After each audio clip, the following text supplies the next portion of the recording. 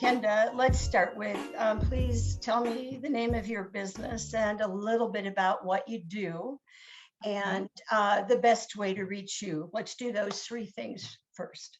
Sure. Okay, my name is Kenda Summers, Lori, and I'm delighted to be here with you today.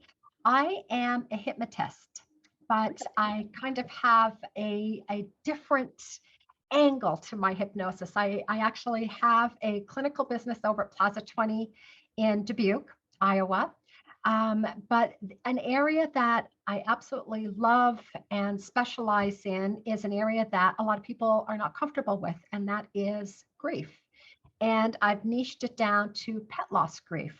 So I can be reached through my website, which is petsorrow.com, or through Kenda Summers at petsorrow.com. Kenda, did I just call you Kendra by mistake? A lot of people do. I answer, so it's okay. Well, thank you.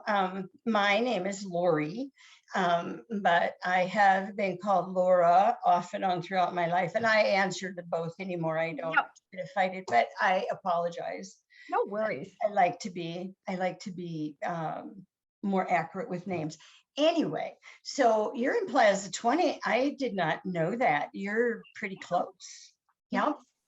So what got you into loss of a pet and the grief that is associated with that? What put you in that direction?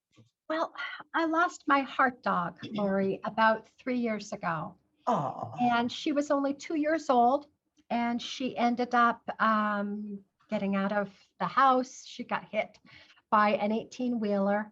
And even though 3 years ago wasn't that long ago, I was devastated. I found that people weren't comfortable talking about grief, death, loss, the emotions. And then there were some people that it's just a dog, get over it.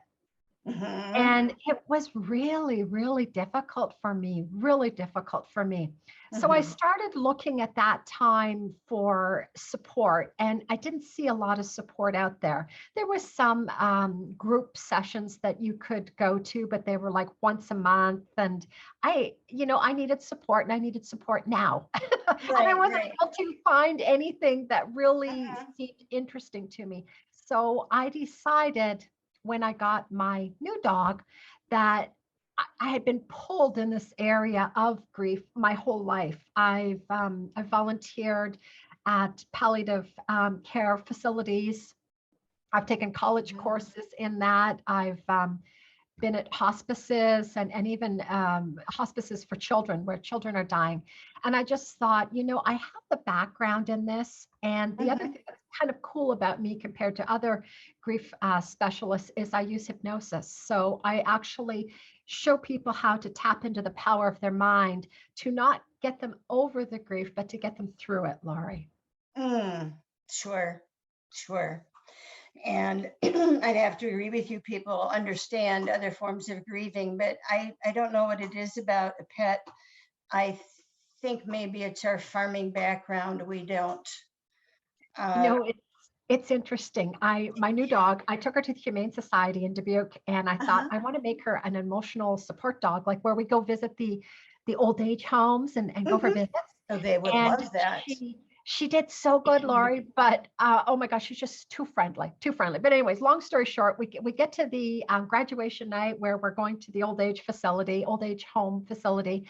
And the seniors there, it was interesting because some of them, Lori, were like, oh my God, that dog is adorable. And others were like, you know what, get that dog away from me. When I was a little girl, growing up, dogs were tied outside. They weren't allowed in the house. And so that was kind of their upbringing. So some people absolutely adored her. Other people were like, that's an animal that belongs outside, not inside. So it was interesting seeing that different generational gap, You've told us a little bit about how you got started, but tell me a little bit about your book. You've written a book? I have written a book. And the reason I wrote the book, Lori, is people in order for you to heal from something, you need to understand it. And Mhm, so what I did is I started at the beginning with my story and what happened to mhm, me. And then I start explaining what exactly grief is. I follow the mhm. Elizabeth Kubler-Ross model, and that's where they have the 5 stages of grief. Oh, So we sure. go into explaining those 5 stages of grief and just allowing people to really, really understand what it is that they're going through. Mhm, A lot of pet loss is focused on guilt. Either I put the pet down and I shouldn't have, or maybe I could have waited out a little bit longer. There's a lot of guilt associated with pet loss. So I really wanted to dig into that area and just let people know that if you take a dog to the vet's not going to put down a perfectly healthy dog. no, they're You know, not. they're Right, not. right. It's our minds playing that what if game that just challenges us so much. And I also have contributions from other pet loss grievers telling their story. Mhm. Wow. So I'm an gonna, your all-encompassing book book. sounds interesting. I am gonna wanna get a copy of that just to Wonderful.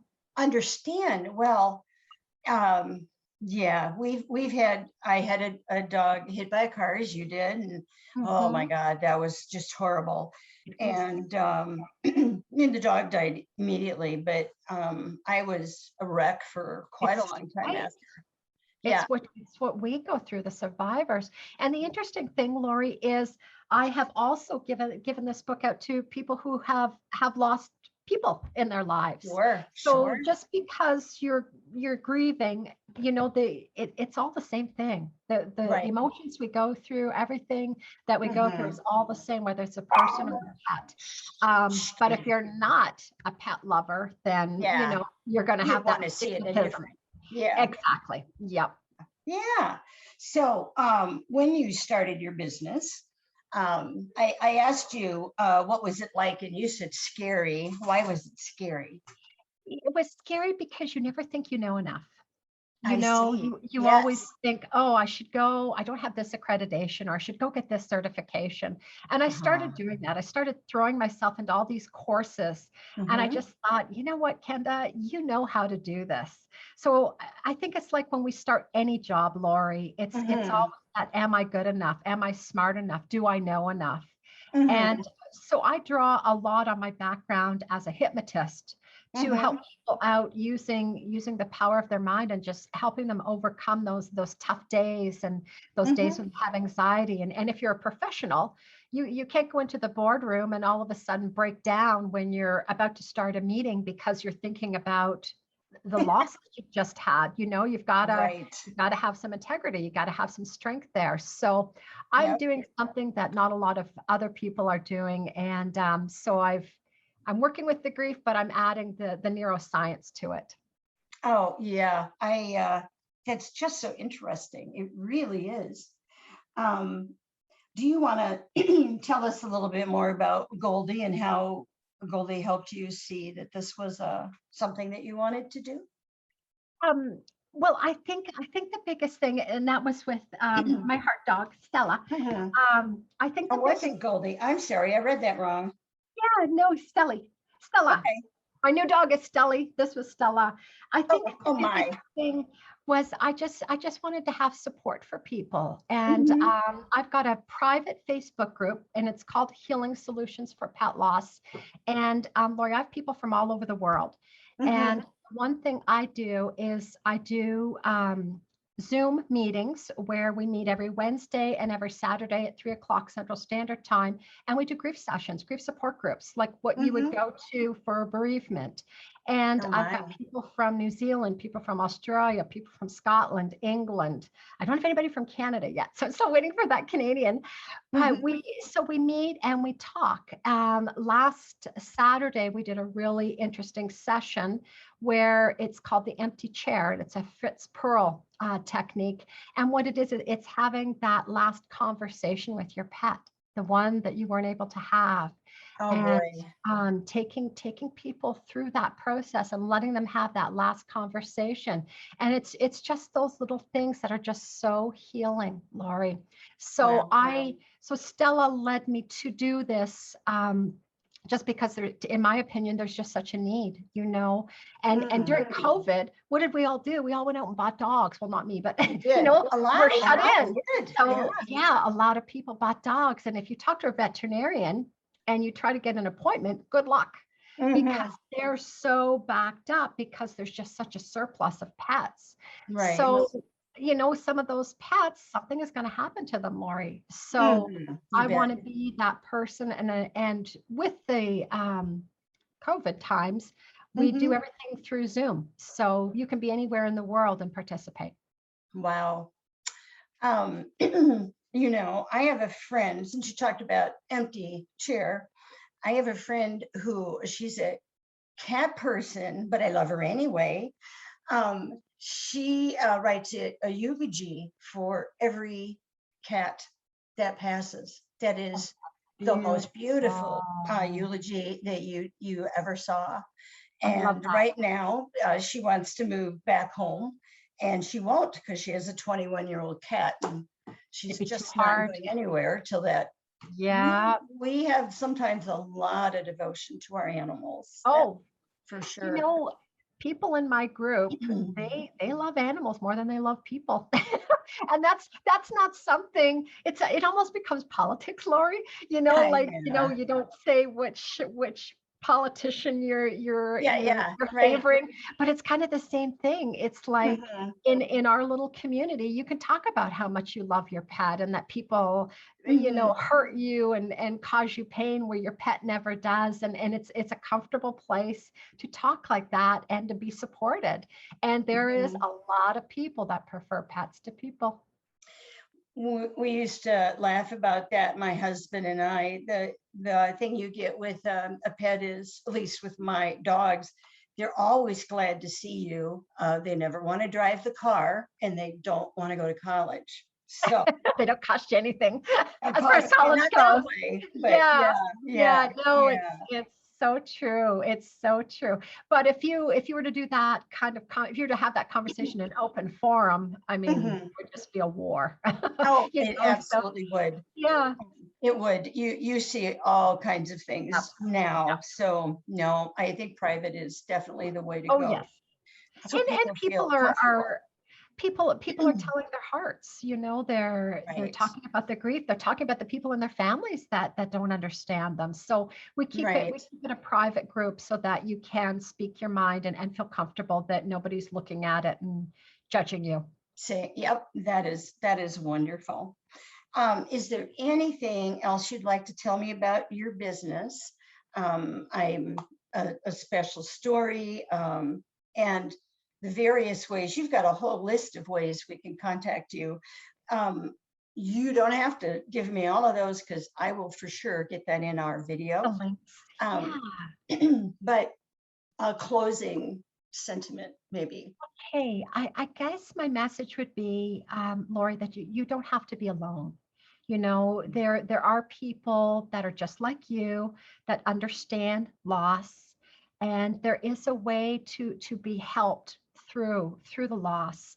And what a lot of people are discovering through my group sessions is there is unresolved grief from their past, and it can be with a person, or it could be with an animal, where they had to get on with life, and they stuffed all those feelings down, and it impacted them.